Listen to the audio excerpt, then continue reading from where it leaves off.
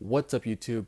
Secret Cooper here, and today I want to talk about low profile sockets versus cutting them or modifying them in some way, and the profile and the application it has. Particularly about quarter-inch drive sockets, if you have a 3/8 inch drive, half-inch drive, you pretty much have enough space to work around them, work with them, and usually the torque applications keep you from modifying them in some sort of way. But still gets done. But I see it more often with quarter-inch drive sockets, which is why I have them on the table right now. And these sockets didn't originally belong to me. They had belonged to my grandfather, and I'm assuming he made all of these modifications because he had so many of them. To start with, this one right here. This one has been completely ground down all along the sides to give it a thinner wall. I can't tell what size it is exactly, or the brand. So kind of takes away a little bit of it. Right here we have one that looked stock, but at a little closer examination we can see that it had been ground through. Obviously replace a specialty socket. This one's long and ugly all by itself. Doesn't need a modification for that one. This one, 5/16, had been sawed right in half, as you can see. Interesting. So, why do people do that? Why do they, instead of buying the equivalent socket, why would they go ahead and modify them like that?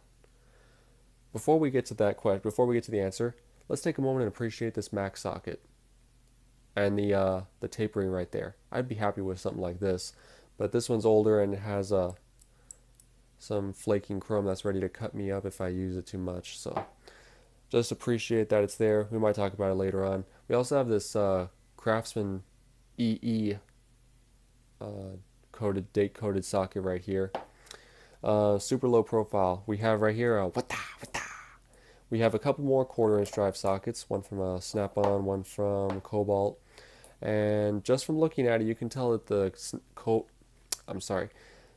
Craftsman is lower profile than the other two, with the Cobalt being the tallest. Just a little side note there. I think we're going to put this one aside and start talking about this one mainly. First of all, what size is it? Well, I have my trusty calipers out right here, and I'm going to find out right now. So it looks like...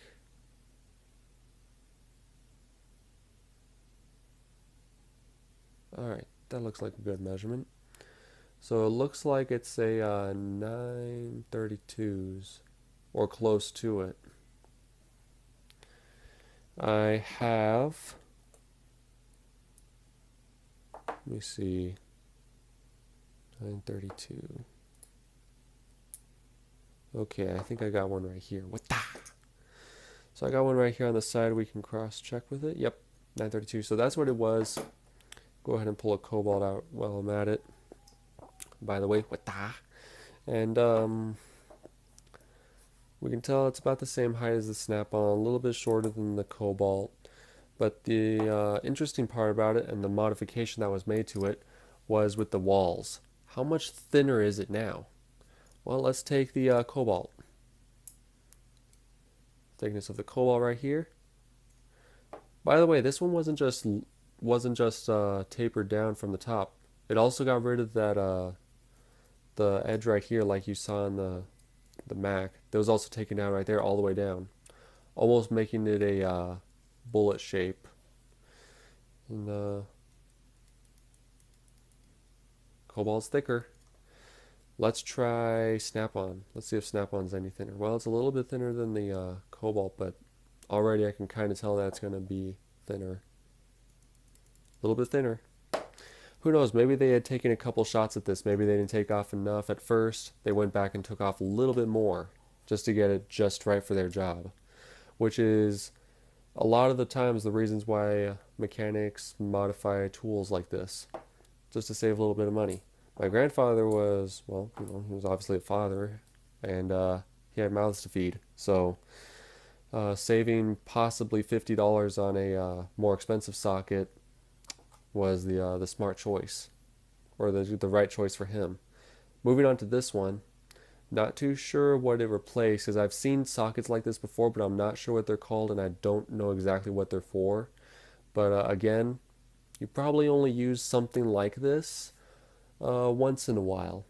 Probably, if you use this one all the time, he probably wouldn't have cut it. So just another little look at that. Um, I'm not going to put all my focus on that one. I want to go back and look at this 1/4 inch drive right here, and then take another look at these 1/4 inch drive sockets right here.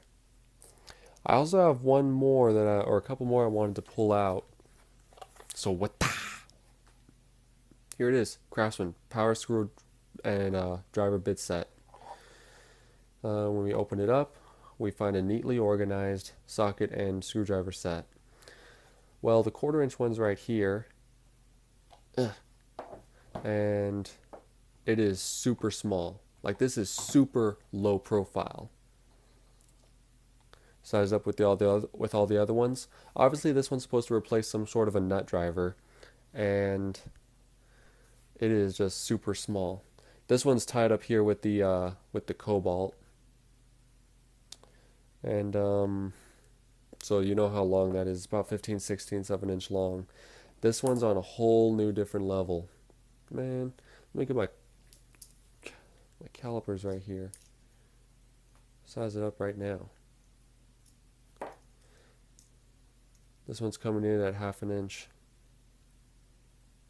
As you guys can see, it's coming in at just about 1/2 inch. Yep, right on it. So 1/2 inch thick. That's just incredible. Alright, fished this tool out earlier, and just wanted to see what that looked like. So this one, a snap-on ratchet combined with this, comes out to...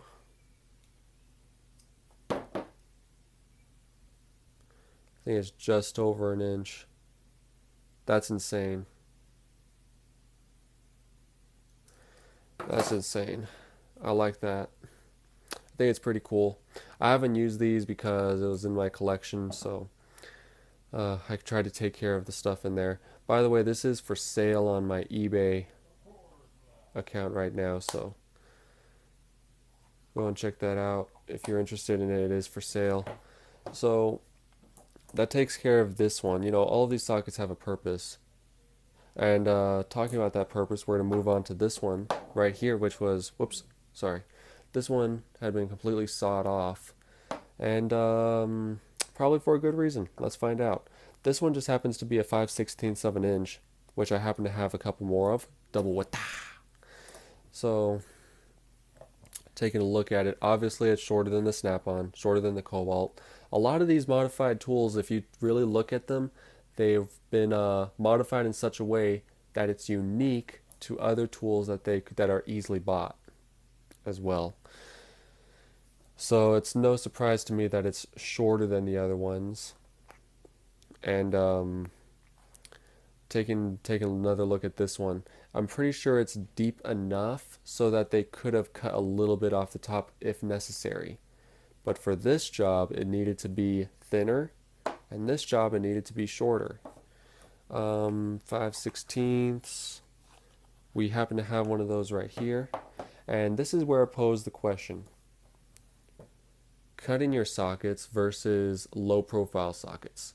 These were made here in the USA, and obviously more expensive than this Taiwan socket. And not sure if these were readily available at the time. Probably not. Cheap socket like that. I happen to have a bunch of them, and I'm going to pull them out right now. By the way, what that? And let me see, 5/16. I think that's this one. So this one's made somewhere. I think it's made in China. Yep, made in China. Sorry about that. So this one's made in China. It's my version of a sawed-off socket. It's super cheap, readily available at the Walmart, and it's about the same size as the one that was cut off. And that poses another question. Cheap sockets versus, well, this one Taiwan, Chinese, versus well, a little more expensive socket. or more expensive socket. Pretty sure this one's worth more than the other ones. So you tell me, have you sawed your sockets off or modified them in some way just to fit the specific job, even if you only use it a couple times? Or would you be more prone to go out and buy something specialized like this and use that 1 to 2 times? Do you use it a lot? Either way, I bought this because it's so low profile. You know, we have the 1/4 inch right here, and it's much smaller than the snap-on here. A little bit, but a little bit makes a difference. And from my experience working on the cars and engines that I work on, sometimes you need just a little bit shorter sockets, and I don't always have a die grinder with me. So with all that being said, you guys let me know. Leave it in the comments box below. Like this video if you do. Share it. Hit the subscribe button. And again, share it. But you know, you don't always have to do that. You know, you could always just, hide this video, keep it all to yourself, and watch it again if you like. Either way, I'll come back and see you guys again. See you later.